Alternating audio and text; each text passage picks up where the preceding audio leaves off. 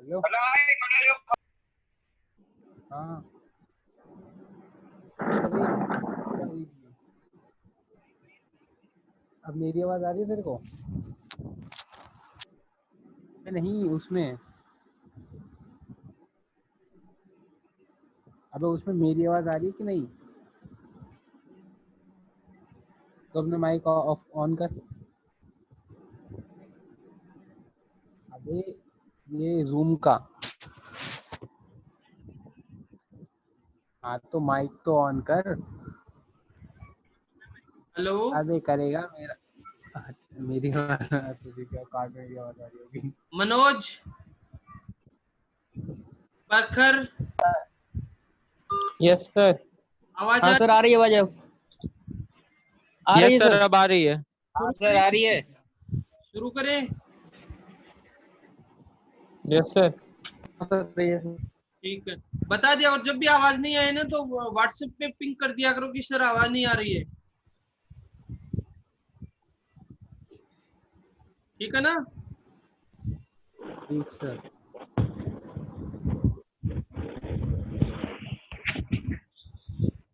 हाँ तो मैडम ने एरे तक करवा दिया था टॉपिक। आज अब हम डिस्कस करेंगे एरे के बारे में ही।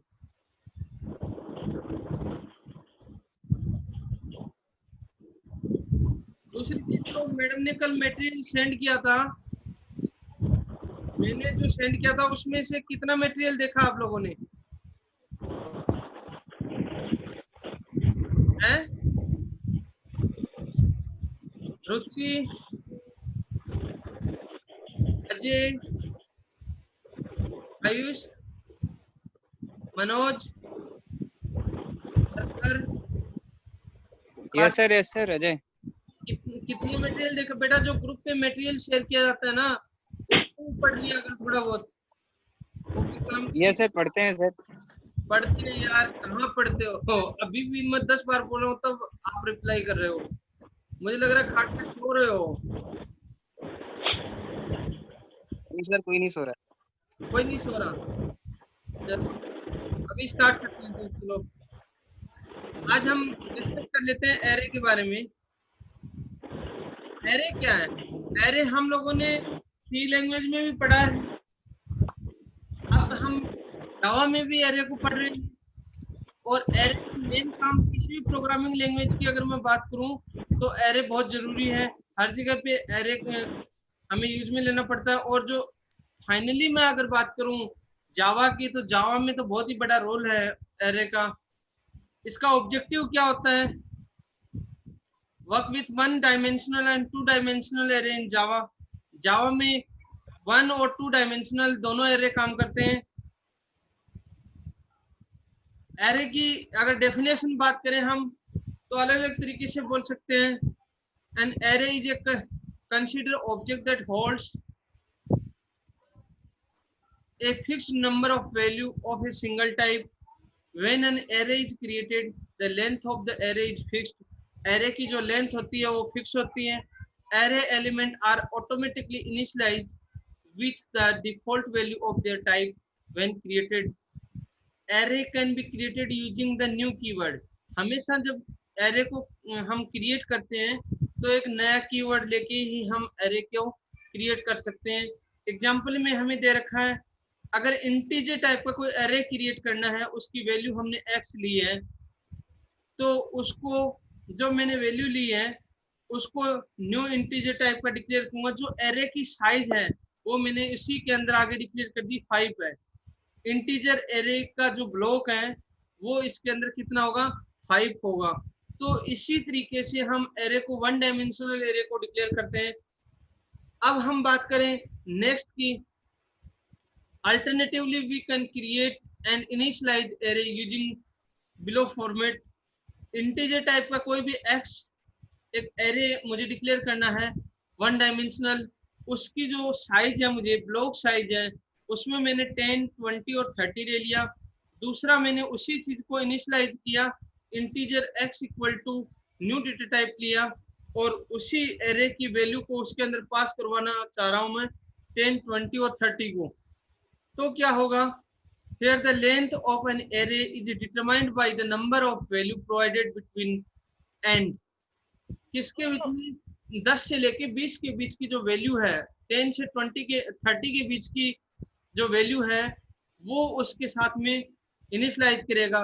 The built in length properly determine the size of the array, और उसकी जो लेंथ काउंट करके लेके आएगा, जो एरे की लेंथ होगी वो हमें शो कर देगा। एग्जांपल के थ्रू हम देख लेते हैं। Integer array x equal to new int 10। अब 10 की मुझे लेंथ फाइंड आउट करनी है। लेंथ फाइंड आउट करनी है तो मैं इसको किस तरीके से इनिशियलाइज करूंगा, int x length equal to x dot length. जो x मैंने एक ऑब्जेक्ट लिया है और पहले ऑब्जेक्ट बनाया है उसकी मैंने साइज वैल्यू डाल दिया 10। उसके बाद में हम इसी चीज को कर रहे हैं, तो x की हम वैल्यू फाइंड आउट करना चाह रहे हैं, क्या उसकी लेंथ चेक करना चाह रहे हैं कि x की क्या लेंथ है। तो जब हम प्रोग्राम को रन करेंगे तो हमारे सामने आउटपुट डिस्प्ले होगा। एरे का एक एग्जाम्पल में सबसे पहले मैंने कल बताया था एक क्लास क्रिएट करते हैं, पब्लिक क्लास एरे डेमो नाम की एक क्लास क्रिएट किया। मैन मेथड तैयार करते हैं public static void main string argument type का। अब इसके अंदर एरे को हम इंटीजर के फॉर्म में डिक्लेयर कर रहे हैं, इंट x। तो यहाँ पर इसको एरे को डिक्लेयर कर दिया। अब जो एरे मैंने डिक्लेयर किया x से, उसके साथ में मैं x की जो मेमोरी साइज है उसको एलोकेट कर दूंगा, x equal to new int 5। इसकी मैंने क्या कर दी, मेमोरी एलोकेट कर दी इंटीजर में ही। इंटीजर में मैंने 5 इसकी मेमोरी एलोकेट कर दी। इसी तरीके से अब आगे अगर कोई चीज लूंगा, x की वैल्यू मैंने 0 ली, उसकी वैल्यू मैंने 11 डिक्लेयर कर दिया। फिर x की मैंने दोबारा से मेमोरी ली 4 ली, उसके 22 डिक्लेयर कर दिया। अब इसी चीज को मैं SOP में लेके जाऊंगा, system dot out dot println में। जो मैं एलिमेंट यहाँ पर लेके आया हूँ 0, 1 और 4 में, उसी चीज को मैं प्रिंट करवाऊंगा एलिमेंट एट इंडेक्स 0 में। 0 की पोजीशन दिखा दूंगा, 1 में 1 की पोजीशन और 4 में 4 की पोजीशन। तो 0, 1 और 4 की जो पोजीशन है एलिमेंट एरे की, तो यहाँ पर मैं देखता हूँ 0 की जो पोजीशन है आउटपुट इसका डिस्प्ले करेगा तो 11 करेगा। अब 1 है तो 1 की कोई पोजीशन नहीं है, कोई वैल्यू डिक्लेयर नहीं कर रखी, तो वो क्या डिस्प्ले करेगा 0। 4 की एलिमेंट साइज मैंने डिक्लेयर कर रखी है 22, तो उसी चीज को वो प्रिंट करेगा इंडेक्स वैल्यू को 22। तो हमारा आउटपुट यही होगा 11, 0 और 22 जो आपका आउटपुट में डिस्प्ले हो रहा है। नेक्स्ट हम बात करें एरे बाउंड। सर हाँ जी सर ये लास्ट वाली स्लाइड एक बार फिर से खोलिएगा सर। ये इसमें प्रिंट के अंदर एक स्ट्रिंग है एलिमेंट एट इंडेक्स 0, और दूसरा है प्लस में x ऑफ 0 जो कि इंटीजर टाइप है। तो इस पे एरर थ्रो नहीं करेगा कि दो अलग अलग डेटा टाइप्स पे? कहाँ पर बेटा तो print x equal to new int 5, ये नहीं सर, प्रिंट एसओपी के अंदर SOP लास्ट है एलिमेंट एट इंडेक्स 4 कोलन, और हाँ ये सर, इन सब में एरर थ्रो नहीं करेगा कि नहीं बेटा, एक स्ट्रिंग टाइप है और एक इंटीजर टाइप है? नहीं नहीं नहीं, क्योंकि इसने देखो इसी चीज को इसलिए ये एरर नहीं देगा। ये जो x4 इक्वल टू 22 पहले मेमोरी एलोकेट कर दी इसकी, और जो मेमोरी एलोकेट की है ना हमने, सिर्फ Yes, हम sir. SOP में उसी चीज को प्रिंट करवा रहे हैं कि इंडेक्स वैल्यू 4 पे उसकी मेमोरी की साइज कितनी है, तो 22 है, तो x4 की वैल्यू 22 प्रिंट करवा देगा। ये जो माउस कर्सर चला रहा हूँ दिखाई दे रहा है आपको माउस, यस सर। ये यहाँ पर जो x4 की वैल्यू है ना, ये यहाँ पर देखो ऑलरेडी हमने फिल कर रखी है 22, x0 की वैल्यू 11 फिल कर रखी है। अब हमने एक इंडेक्स वैल्यू 1 प्रिंट करवाया, ये देखो बीच वाला, ऊपर नहीं है वो। तो उसका 0 है, तो क्योंकि उसकी कोई वैल्यू ही हमने इनिशियलाइज नहीं की है इसलिए वो 0 प्रिंट करवाएगा। ठीक है जी। Yes sir. Array bounds, array restarting, बेटा बात नहीं बेटा, थोड़ी देर बाद में कर लेना।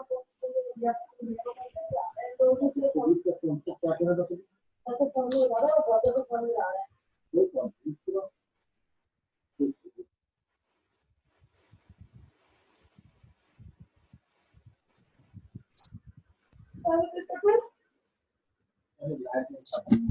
एनोनिमस कौन है बेटा, इसको म्यूट करो।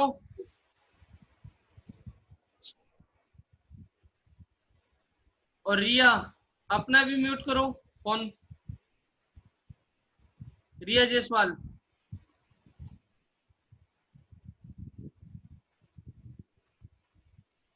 अब हम एरे बाउंड्स और एरे रीसाइजिंग की बात करते हैं। तो सबसे पहले हम एरे इंडेक्स वैल्यू जो होती है वो स्टार्टिंग करते हैं जीरो से। हम we can't access an array element beyond the range, we can't resize an array but can use the same reference variable to refer a new array.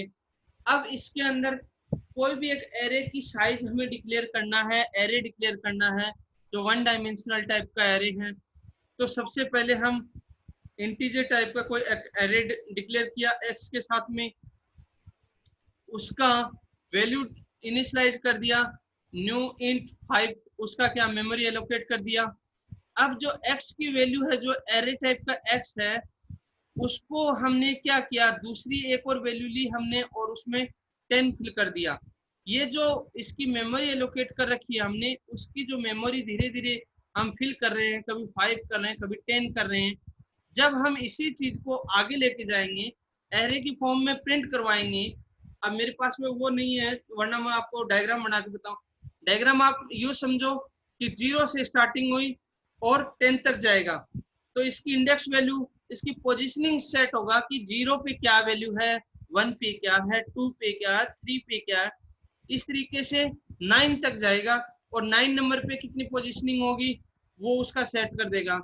तो one dimensional में हम इसी तरीके से इसकी वैल्यूज को डिक्लेयर करते हैं, रीसाइजिंग करते हैं, ये सारा काम होता है।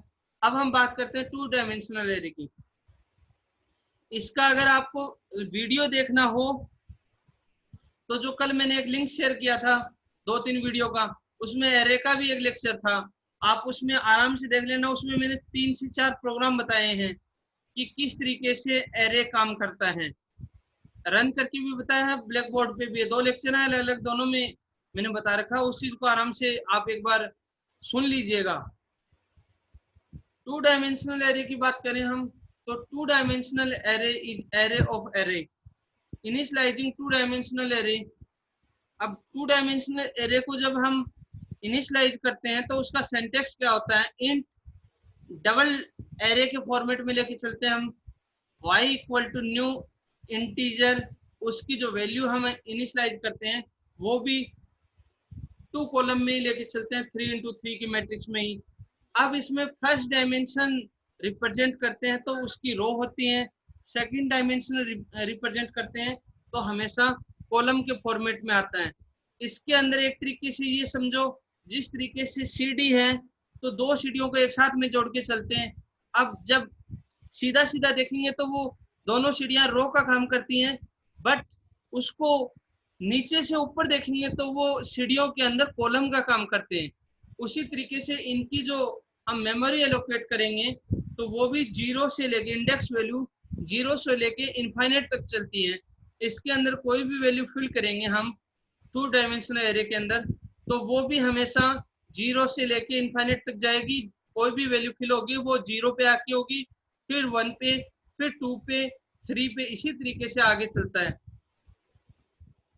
अब इनिशियलाइज जो करते हैं हम, उसका ये एक एग्जांपल दे रखा है इंटीजर टाइप का टू डायमेंशनल एरे मैंने डिक्लेयर कर रखा है y, जिसके अंदर मैंने कुछ वैल्यू फिल कर दी 1 2 3 4 5 6 7 8 9। अब इसी चीज को मैं डिक्लेयर कर रहा हूँ इंटीजर में, जो एरे y है उसके साथ में इंटीजर टाइप का जो एरे मैंने डिक्लेयर किया यहाँ पर, उसी चीज को 1 2 3 4 5 6 7 8 9 के अंदर मैंने डिक्लेयर कर दिया। अब इसको जब हम एसओपी में लेके जाएंगे तो एसओपी में लेके जाएंगे तो टू डायमेंशनल एरे के अंदर ये वैल्यू फिल होंगी और हमें आउटपुट डिस्प्ले देगा। लेकिन इसी प्रोग्राम को एज इट इज अगर हम बनाएंगे और इसको प्रिंट करवाएंगे तो हमारा प्रोग्राम रन नहीं होगा। इसमें एरर फाइंड आउट हो जाएगी। 2 डायमेंशनल एरे के अंदर you can initialize the row dimensional without initializing the column but not vice versa। अब इसमें इंटीजर टाइप का कोई भी एक वैल्यू डिक्लेयर किया मैंने x, और उसी x के अंदर मैंने उसकी मेमोरी एलोकेट कर दिया, इंट में 3 और 1 को मैंने खाली छोड़ दिया। दूसरे के अंदर मैंने दूसरी वैल्यू डिक्लेयर किया, पहले को मैंने खाली छोड़ दिया और दूसरे में मैंने वैल्यू डिक्लेयर कर दिया। अगर इस तरीके से कोई भी काम करते हैं हम, तो मैंने पहले वाले प्रोग्राम में भी बताया, इसमें मैं आपके सामने लिखा हुआ भी है ये कि एरर देगा। कोई भी प्रोग्राम इस तरीके से रन करवाते हो तो वो जब एसओपी की फॉर्म में जाएगा, system.out.println की फॉर्म में जाएगा, कंपाइलेशन प्रोसेस होगी, रन होगा, तो वो ऑटोमेटिक मेमोरी फिल नहीं कर सकता जब तक हम उसमें इनिशियलाइज नहीं कर सकते वैल्यू, तो उसमें हमें एरर दे देगा। The length of the column can vary for each row, we can initialise number of column for each row. हमें किसी भी रो के अंदर जितने वैल्यू फिल करनी है उतने हमें कॉलम भी इनिशियलाइज करने पड़ेंगे। लाइक दैट हमारे पास में एक इंटीजर टाइप का 2 डायमेंशनल एरे मैंने डिक्लेयर किया x, जिसके अंदर मैंने वैल्यू फिल की 2, दूसरे में 2 वैल्यू फिल की, तो उसके अंदर x की 0 और 1 दो पोजीशन मैंने ली। 0 पोजीशन पे मैंने 5 वैल्यू फिल कर दिया और 1 पे 3। तो ये आपके सामने एक 2 डायमेंशनल एरे का फॉर्मेट बना हुआ है। x 0 पे पोजिशनिंग कर रहा है तो उसके लिए 0 0 0 0 पोजिशनिंग कर रहा है। 1 के लिए 3 वैल्यू है तो 0 0 0, उसके लिए 3 पोजीशन पे इस वैल्यू को फिल कर रहा है। इसी तरीके से हम इस चीज को यूज कर सकते हैं, यूटिलाइज कर सकते हैं। ऊपर वाले के अंदर जो वैल्यू मैंने फिल कर रखी है, इस तरीके से प्रोग्राम रन नहीं होगा, उसमें एरर आएगा। दूसरा 2 डायमेंशनल एरे का एक और ये प्रोग्राम है, इसके अंदर और मल्टीपल वैल्यू फिल करवा रहा है। वो इंटीजर टाइप का वही x वैल्यू ले रहा है, उसके अंदर वैल्यू डिक्लेयर करना चाह रहे हैं। x 0 की पोजीशनिंग पे वो वैल्यू डिक्लेयर कर रहा है 0 1 2 और 3। 1 की पोजीशनिंग पे 0 1 2 वैल्यू फिल करना है, 2 की पोजीशन पे 0 1 2 3 4 कर रहे हैं। तो जब मैं इसको डिजाइन करूंगा, डिजाइन कर रहा हूं, तो इसके अंदर जो भी x की पोजीशन है 0 1 2, तो 0 पे जो जो वैल्यू मुझे दे रखी है यहाँ पर एरे में 0 1 2 3, वो सारी मैं कॉलम फिल कर दूंगा। 1 पे जितनी भी पोजीशनिंग एलोकेट कर रखी है वो वैल्यू यहाँ पर एलोकेट कर दूंगा। 2 पे मैंने जो भी वैल्यू है उनको 2 पे मैं लेके जाऊंगा। इस तरीके से हम कोई भी 2 डायमेंशनल एरे को डिजाइन कर सकते हैं। नेक्स्ट हम देखते हैं 2 डायमेंशनल एरे के कुछ इंपॉर्टेंट एग्जांपल जो रन करते हैं हम और उसका क्या आउटपुट हो सकता है। इसके अंदर सबसे पहले हम एक क्लास क्रिएट करते हैं। 2 डायमेंशनल डेमो नाम से एक मैंने क्लास क्रिएट किया। मेन मेथड लिया, public static void main string argument type की वैल्यू लेंगे। अब हम एरे इनिशियलाइज करेंगे।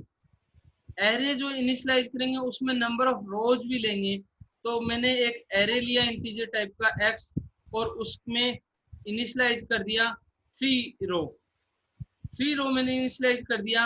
अब जो रो मैंने 3 इनिशियलाइज की है उसमें हम कॉलम्स देखेंगे और उसके कॉलम्स के अंदर वैल्यू फिल करेंगे। तो x की मैंने 3 लिया तो सबसे पहले 0 पे पोजीशनिंग होगा, 0 equal to new integer 3, x 1 equal to new int 2 और 2 पे न्यू इंटीजर 5 वैल्यू फिल करेंगे। अब मैंने क्या किया, इसमें मैंने 3 2 5 वैल्यू किया और ऊपर 0 1 2 वैल्यू प्रिंट किया और मैंने उसके बाद में फॉर लूप लगा दिया।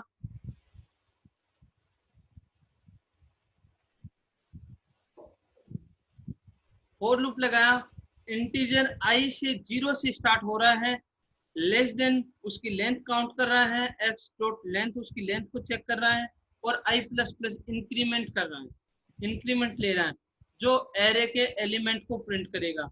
दूसरा एक फॉर लूप लगाया जे, तो जे भी 0 से स्टार्ट कर रहा है, लेस देन आई की लेंथ को साथ में लेके आना है, और जे प्लस प्लस कर रहा है। अब इन दोनों चीजों को, आई और जे दोनों को मैं प्रिंट करवा रहा हूँ आई की फॉर्म में। जो एसओपी में जाएगा system dot out dot print ln, यहाँ प्रिंट भी लिख सकते हैं, प्रिंट एलन भी लिख सकते हैं। एक्स, आई और जे की वैल्यू में फिल कर दी यहाँ पर एसओपी के अंदर आई और जे की वैल्यू। अब यहाँ पर जो आई और जे की वैल्यू है उसको प्रिंट करेगा। फाइनली मैंने इसको system dot out dot print ln इसको मैंने प्रिंट करवा दिया। जब मैं इसको प्रिंट करवाऊंगा, रन करवाऊंगा, कंपाइल करूंगा, फाइनल आउटपुट मेरा आएगा। कहाँ से शुरुआत हो रही है आई की? 0 से स्टार्ट हो रही है, और कहाँ तक जा रहा है? प्लस प्लस आगे बढ़ता जा रहा है। तो फर्स्ट रो में यानी x0 पे जो वैल्यू इनिशियलाइज होगी वो 3 होगी, तो 0 0 0 प्रिंट करेगा। x1 पे 2 होगी, 1 1 प्रिंट करेगा। x2 पे 5 वैल्यू इनिशियलाइज करेगा, तो 2 2 2 2 2 ये प्रिंट करेगा, जो फाइनली हमारा आउटपुट डिस्प्ले होगा। इसी तरीके से 2 डायमेंशनल एरे के अंदर एरे के सारे प्रोग्राम्स यूज होते हैं, लेकिन मोस्ट प्रोबेबली जो आपके विप्रो में क्वेश्चन पुटअप किए जाते हैं वो 2 डायमेंशनल एरे से कम करके 1 डायमेंशनल एरे से ज्यादा होते हैं। 1 डायमेंशनल एरे से ज्यादा क्वेश्चन पुट किए जाते हैं, उसके प्रोग्राम आपको बिल्कुल याद होने चाहिए कि बोलते ही आपको लिखना पड़े। अब इसका क्यूज है, तो इस क्यूज के अंदर आप कुछ आंसर देंगे। हेलो हेलो, हेलो, हाँ सर। कुछ आंसर देंगे क्यूज का? Yes sir, yes yes sir sir. करिए। चलो फर्स्ट का आंसर बताओ। इंट एक एरे डिक्लेयर किया मैंने ए, और ए की साइज मैंने डिक्लेयर कर दी 5, तो इसका आउटपुट आपके हिसाब से क्या आना चाहिए विदाउट रन किए हुए, मतलब एक मैनुअली? क्या ये प्रोग्राम रन करेगा? रन करेगा सर। रन करेगा, तो आउटपुट आपके हिसाब से क्या आएगा? सर ए का साइज डिक्लेयर हो जाएगा। हाँ जी, जैसे अगर सर ए को प्रिंट कराएंगे तो 0 0 आएगा अच्छा 5 बार। 5 बार 0 0 आएगा। Yes sir. और दूसरा है वही इंटीजर एक एरे जो मैं प्रिंट करवा रहा हूँ ए, और उसके अंदर भी मैंने वैल्यू डिक्लेयर कर रखा है 5, तो क्या ये वो सेम करेगा ये भी। देख लो, दोनों सेम है। एक बार फिर से देख लो। ये भी प्रिंट करेगा सर। नहीं करेगा। एरर आ जाएगा, एरर आ जाएगा सर इसमें तो। अच्छा क्यों आएगा एरर? आपने थोड़ी सी नजर दौड़ाई हो इस पे। सेमीकोलन नहीं है सर इसमें। बिल्कुल राइट। सेमीकोलन। हाँ, क्योंकि जब हम एरे डिक्लेयर करते हैं ना बेटा, कोई भी प्रोग्रामिंग लैंग्वेज होती है उसके अंदर सिंटैक्स बहुत जरूरी होते हैं, वरना पूरा प्रोग्राम हमारा सही है लेकिन एक सिंटैक्स की बदौलत हमारा प्रोग्राम रुक जाता है, उसमें एरर फाइंड आउट हो जाती है। चलिए नेक्स्ट 3 का क्या प्रिंट करेगा? एरर आएगा सर। सर वो ए में 5 लिखा है सर, वो सिंटैक्स गलत है। और सिंटैक्स सर, ये तो सिंटैक्टिकल एरर। 4 नंबर पे इंट एक एरे टाइप की वैल्यू, उसके अंदर वैल्यू डिक्लेयर कर दी मैंने 1 2 3, क्या ये रन करेगा? Yes sir. नो सर, नहीं करेगा सर। ठीक है। और 5th नंबर का ये तो करना चाहिए। ये हो जाएगा सर, 5th हो जाएगा। और 6th का ये नहीं होगा सर। क्यों नहीं रन करेगा सर? है 4 वाला क्यों नहीं रन करेगा? रन करेगा, मैंने बताया तो है। तो 4 वाले में न्यू कीवर्ड नहीं लिखा है सर। न्यू लिखा हुआ है, देखो। नहीं, जरूरी नहीं है, सॉरी न्यू का लिखना जरूरी नहीं है, करेगा रन। 5th करेगा। 4th भी करेगा सर। 4 के अंदर जो मैंने एरे टाइप की वैल्यू डिक्लेयर किया है उसकी डायरेक्ट वैल्यू मैंने इनिशियलाइज कर दी 1 2 3, तो जब वो हाँ तो करेगा। एरे प्रिंट करेगा तो उसकी 0 पोजीशनिंग पे 1 आएगा, 1 पे 2 आएगा और 2 पे 3 आ जाएगा। तो रन कर जाएगा ना फिर तो। हाँ हाँ रन करेगा। अब 6th नंबर का देखो आप। 6 वाला नहीं करेगा सर। नहीं क्यों? करेगा सर ये। क्यों?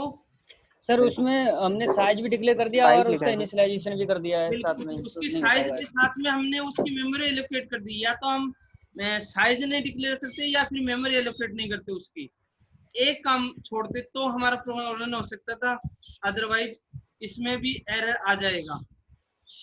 ठीक है साहब, नेक्स्ट चलें। Yes sir. इस प्रोग्राम को रन करते हैं। यस।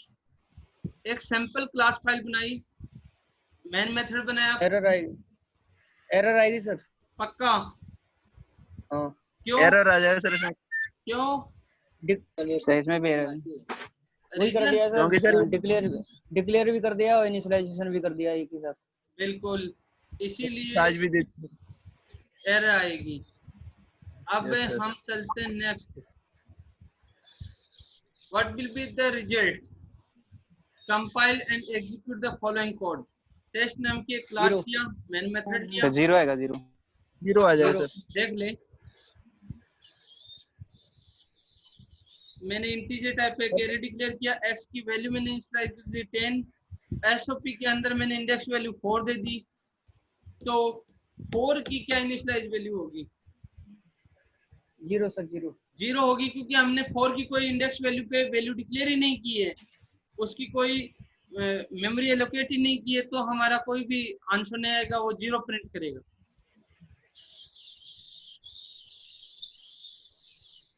अब थैंक यू। इसके अंदर अब दूसरा देखते हैं हम कुछ।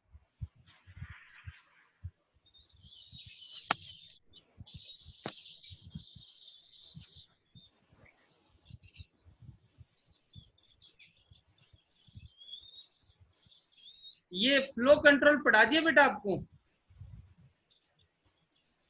हेलो हेलो,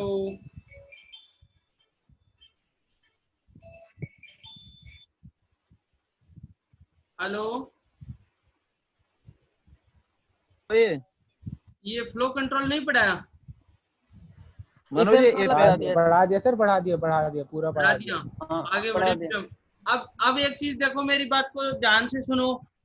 ये अपडेट है ना नीचे, ये Yes, वाले sir. आपके पास लॉगिन की लिस्ट आ गई अभी? स्टूडेंट लॉगिन नहीं सर, अभी अभी तक नहीं नहीं आई। अभी अभी नहीं नहीं आई। आई कोई सर। बात। मैं आज आपको थोड़ा सा इसका एक ओवरव्यू बता देता हूँ। ये जो अपडेट कंप्लीशन स्टेटस है ना, ये जो नीचे दे रखे हैं, ये जो मैं स्क्रॉल कर रहा हूँ, 14 प्रोग्राम है, ये 14 दिखाई दे रहा है। ये आपके Yes, लॉगिन sir. में भी, ये आपके लॉगिन में भी होंगे। ठीक है, तो आपको इनको प्रोग्राम को, जैसे पहला है write a program to initialise and integer array and print the sum and average of the array. एक काम करो, प्रिंट स्क्रीन ले लो इस पेज की, okay sir. Okay print screen लेके रख लो। ले लिया? हाँ सर ले लिया। अब मैं 7 से 8 से लेके आगे कर रहा हूँ, 8 से लेके और 10 तक, इसका भी ले लो। ले लिया सर। बड़ी खुशी की बात मैं आपको बता देता हूँ, विप्रो एक ऐसी कंपनी है जिसमें ये जो मटेरियल दे रखा है ना, इसी में से प्रोग्राम आएंगे, इसी में से वो पूछेंगे। सर इसी में से आ जाएंगे सर? बेटा इसी में से आते हैं। मैंने तो पिछले 4 साल से पढ़ा रहा हूँ ये ट्रेनिंग, इसी में। मैं खुद भी एग्जाम दे के आया हूँ, 70% लेके आया हूँ, तब मुझे पढ़ाने का मौका दिया आप लोगों को। पहले हमारा तेल निकाला, फिर आप लोगों को पढ़ाने के लिए दिया। तो जो हम ये रीड कर रहे हैं ना पीबीएल ऐप पे, जो कंटेंट है, उसके बाहर कुछ भी नहीं आएगा। अब इसमें जो आगे मैं बताऊंगा, जो लॉजिक बिल्डिंग प्रोग्राम है ना, वो भी ये प्रैक्टिस मारोगे तो उन्हीं में से सेम चीज पूछ जाएगी आपको। बस आपकी प्रैक्टिस अच्छी होनी चाहिए, कि आपका लॉजिक अच्छा होना चाहिए। अब जो मैंने कल डिस्कस किया था, मेटल टेस्ट जो होता है, उसके अंदर आपकी क्लास भी बनी हुई आती है, मेथड भी बने हुए आते हैं, मेन मेथड भी बना हुआ आता है, सारी चीजें बनी आती हैं। सिर्फ और सिर्फ आपको उसके अंदर उसका टेस्ट केस होता है प्रोग्राम का, तो उसके टेस्ट केस के हिसाब से आपको लॉजिक लिखना है बस। 90 मिनट का टाइम मिलता है, प्रोग्राम आप देख लो, मैक्सिमम बहुत ज्यादा हो जाए तो 5 लाइन लिखनी पड़ती है, छोटी छोटी 5 या 6 स्टेटमेंट में आपका प्रोग्राम खत्म हो जाता है। वहाँ जो हम एक्लिप्स पे रन करवाते हैं बड़े बड़े प्रोग्राम लिख के, वहां पर ऐसा नहीं होता है हलवा। वहां सीधा सीधा आपको लॉजिक लिखना है, और लॉजिक इस तरीके से लिखना है, वो उनके जो 4 या 5 टेस्ट केस होते हैं, तो जैसे आप प्रोग्राम लिखोगे वही कंसोल पे रन होके, और ऑटोमेटिकली आपका अगर टेस्ट केस पास हो रहा है तो वो ग्रीन सिंबल दे देगा, नहीं हो रहा तो क्रॉस लग जाएगा रेड में। ये सारी चीज है, तो इसके लिए प्रैक्टिस बहुत ज्यादा जरूरी है। बहुत सारी ऐसी वेबसाइट है ऑनलाइन जो आपका कंपटीशन, आप लोग तो सारे दिन भर खेलते रहते हो प्रोग्रामिंग के साथ यार। बहुत सारी ऐसी साइट है जो ऑनलाइन ये प्लेटफॉर्म पीबीएल ऐप के भी थ्रू या डायरेक्टली प्रोग्रामिंग करवाते हैं, तो आप डेली उस पर प्रोग्रामिंग टेस्ट देना स्टार्ट कर दो। हो सकता है कि आप पहले दिन पिछड़ जाओ, दूसरे दिन पिछड़ जाओ, तीसरे, लेकिन धीरे धीरे धीरे धीरे वहां पर आपकी स्किल्स इंप्रूव होती जाएगी, और आपका प्रोग्रामिंग जो टेस्ट है ना वो इतना स्ट्रांग हो जाएगा कि बहुत ही बढ़िया आपका प्रोग्राम चलने लग जाएगा। और वहां पर अगर आपने प्रोग्राम रन करना स्टार्ट कर दिया, मैं कहता हूँ दुनिया की कोई कंपनी ऐसी नहीं है जो आपको रिजेक्ट कर दे, ये मेरी गारंटी है। वहाँ ऑनलाइन कोडिंग कंपटीशन होते हैं, पूरे वर्ल्ड के कोडर उस पे आते हैं, साथ में उनका टाइम डिसाइड होता है, वहाँ से प्रोग्राम उठाओ, प्रोग्राम करो, सबमिट कर दो। उसमें पूरे वर्ल्ड के जितने भी प्रोग्रामर्स हैं उसके साथ में उस वेबसाइट पे, उससे आपकी रैंकिंग भी पता चल जाती है कि भाई मेरा इतने प्रोग्रामर आए, उसमें मेरा नंबर कहाँ पर है, उसका बाकायदा सर्टिफिकेट आता है।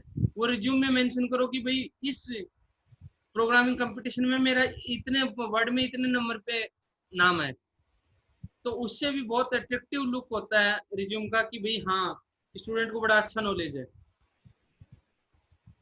ठीक है, हेलो। ओके जी सर, सर, ओके सर, हाँ ठीक है। Thank you. क्योंकि मैं क्लासों में भी आपको बहुत बार बताऊं, आज भी मैं एक चीज बताऊंगा भाई साहब, ये सर्विस बेस्ड कंपनियां हैं, इसमें 3.5 लाख 4 लाख की नौकरी लेके एक कोडिंग लिखना एक सिंपल ग्रेजुएट भी कर सकता है, जो आप करना चाह रहे हो। आप कुछ एक्स्ट्रा ऑर्डिनरी करो तो आपको रिसर्च एंड डेवलपमेंट डिपार्टमेंट मिले कि उसमें 4 लाख की जगह सीधा आपको बिना बताए ही सैलरी जिस दिन क्रेडिट हो 10 लाख की हो, कि आपका पैकेज 10 लाख का हो जाए।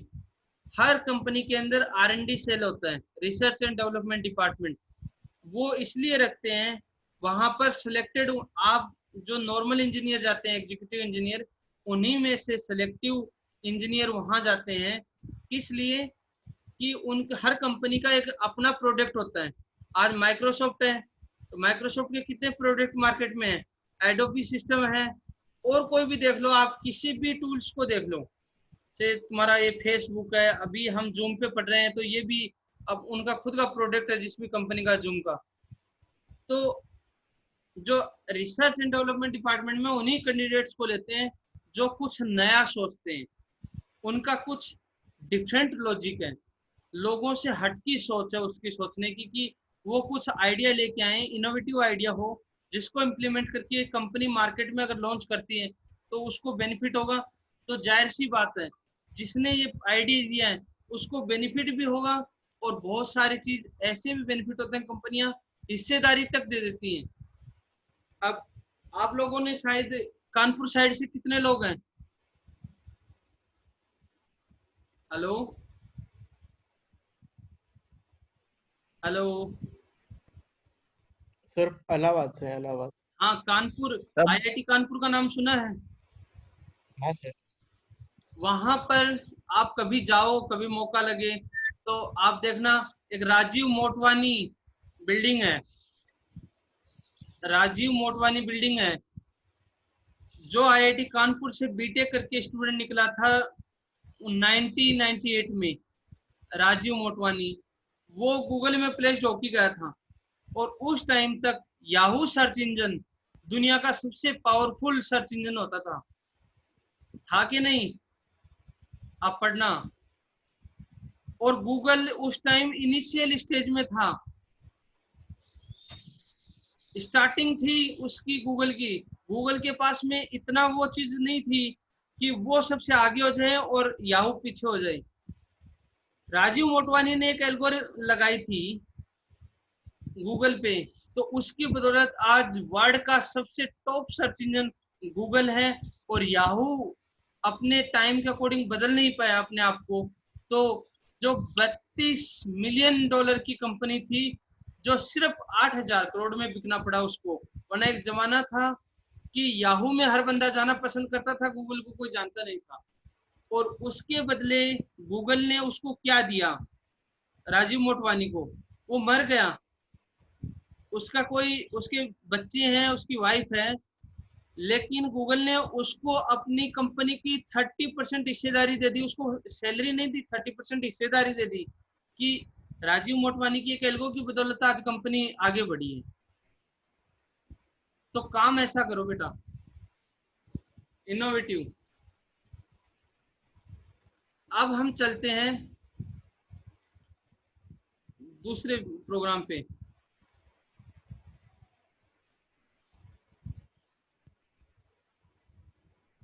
ये लॉजिक बिल्डिंग वाला है, ये देखते हैं हम क्या हो जाता है इसमें।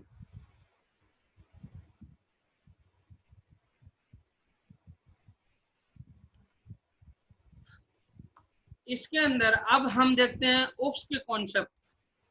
ओप्स के कॉन्सेप्ट सबसे पहले मैं आपके सामने डिस्कस कर लेता हूँ। उसके कौन कौन से कॉन्सेप्ट होते हैं। सबसे पहले क्लास, ऑब्जेक्ट,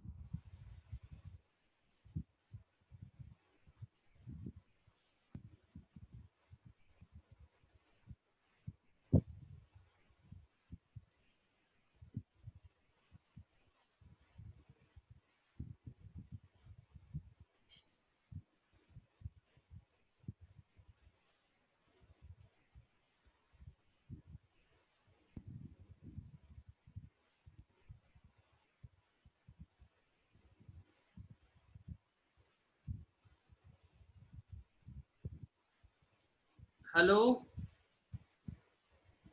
हेलो। जी हाँ सर। सर। हाँ जी। अब जो हम लॉजिक बिल्डिंग की बात कर रहे थे ना, मेटल टेस्ट की, अब मैंने इसको जी ओपन सर। कर लिया।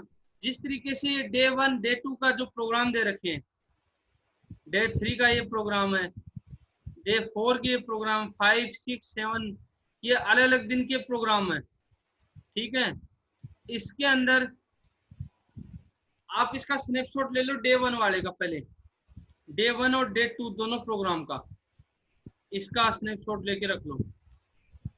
इसमें क्या चीज है देखो, objective of day 1 and day 2, learn the basic of programming language. इसमें सिर्फ और सिर्फ डे 1 और डे 2 के अंदर क्या ऑब्जेक्टिव है कि एक प्रोग्रामिंग लैंग्वेज का बेसिक फंडामेंटल हमें तैयार करना है, और किस तरीके से उसकी conditional statement, looping, data types, ये सारी चीजें हमें यूज करनी है। वो सारी चीज के बारे में आपको पढ़ना है। अब डे 2 के लिए उसने प्रोग्राम की बात की है। प्रोग्राम कौन कौन से हैं? कंडीशनल स्टेटमेंट के प्रोग्राम है डे 2 में। Write a program to accept a number n and print whatever it is positive, negative और जीरो। अब आपको ऐसा प्रोग्राम देगा, ठीक है, आपको ये प्रोग्राम देगा, उसके बाद में आपको इसके पॉजिटिव और नेगेटिव इंटीजर के आपको क्या दे देगा, 4 टेस्ट केस दे देगा और कोई वैल्यू दे देगा। और वो पूछ लेगा आपसे कि क्या ये टेस्ट केस पास कर रहे हैं। जिस तरीके से नीचे वाले प्रोग्राम में देखो, मेरा कर्सर दिखाई दे रहा है बेटा? हेलो, हाँ सर जी दिखाई सर, दे बोलिए रहा है। Sir. Yes sir. Yes. Mouse का जो मैं कर्सर टेक रहा हूँ ना, ये जो कलर कर रहा हूँ यस सर। यस नीचे, इसको पढ़ो। यस। इसमें पहला प्रोग्राम है, write a program to print all number from 1 to 100 और आगे उसने एक एग्जांपल दे दिया किस तरीके से वो प्रोग्राम का नंबर प्रिंट करेगा, 1 2 3 4 5 6 और 100 तक करेगा। तो ये इसका एक टेस्ट केस बता दिया उसने कि इस तरीके से करना चाहिए। अब उसके साथ में वो एक और टेस्ट केस दे देगा वहां पर कि भाई 1 से 100 तक कर रहा है, तो पहला नंबर प्रिंट करना चाहिए 1 से 50 तक और दूसरी लाइन में प्रिंट करना चाहिए 51 से लेके 100 तक। अगर ये चीज हो रही है आपकी प्रोग्राम में तो आपका टेस्ट केस पास हो रहा है। दूसरा, जिस तरीके से इसने एक प्रोग्राम दिया, write a program to print alternative numbers starting from 1 to 99। Alternative 1 है, 3 है, 5 7 9 11, इस तरीके से अल्टरनेटिव। अब जो बीच में बच गए, जो नंबर बीच में बच रहे हैं, जैसे 2 है, 4 है, 6 है, 8 है, तो वो दूसरी लाइन में प्रिंट होने चाहिए और ये एक लाइन में प्रिंट होने चाहिए, यानी अल्टरनेटिव नंबर किस तरीके। तो आपके जितने भी प्रोग्राम आते हैं धीरे धीरे आपका थोड़ा सा आगे बढ़ता जाएगा, तो टफ होता जाएगा ये प्रोग्राम। तो यही सारा तरीका आपको लगाना है, यही मेटल पे आपको प्रोग्रामिंग के थ्रू सारी चीजें करनी है। अब ये देखो, जिस तरीके से डे 3 का आ गया, तो डे 3 का जैसे स्टार्ट किया हमने, तो डे 3 में हमने इवन और ओड की काम कर लिया। इवन नंबर में एक अलग प्रोग्राम है, ओड नंबर में एक अलग प्रोग्राम दे देगा, फिर उसमें रिटर्न टाइप की वैल्यू दे देगा, और ये सारी चीजें लेकर के हम और इसी चीज को हम प्रिंट करेंगे। तो ये सारी चीज हम यूज करेंगे। अब रिटर्न टाइप जो डिजिट वैल्यू देता है, अब ये देखो, ये इसने टेस्ट केस दे दिया 197 का और उसमें डिजिट 7 लेगा, इसमें -197 है तो इसकी डिजिट 7 है। तो किस तरीके से ये आपको इस टाइप का एक पूरा प्रोग्राम देगा जिसका टेस्ट केस वगैरह सब कुछ साथ में होगा। अब हम डिस्कस कर लेते हैं थोड़ा सा दूसरी चीजों पे। इतना बेटी, 1 मिनट बेटा, मैं आ रहा हूँ।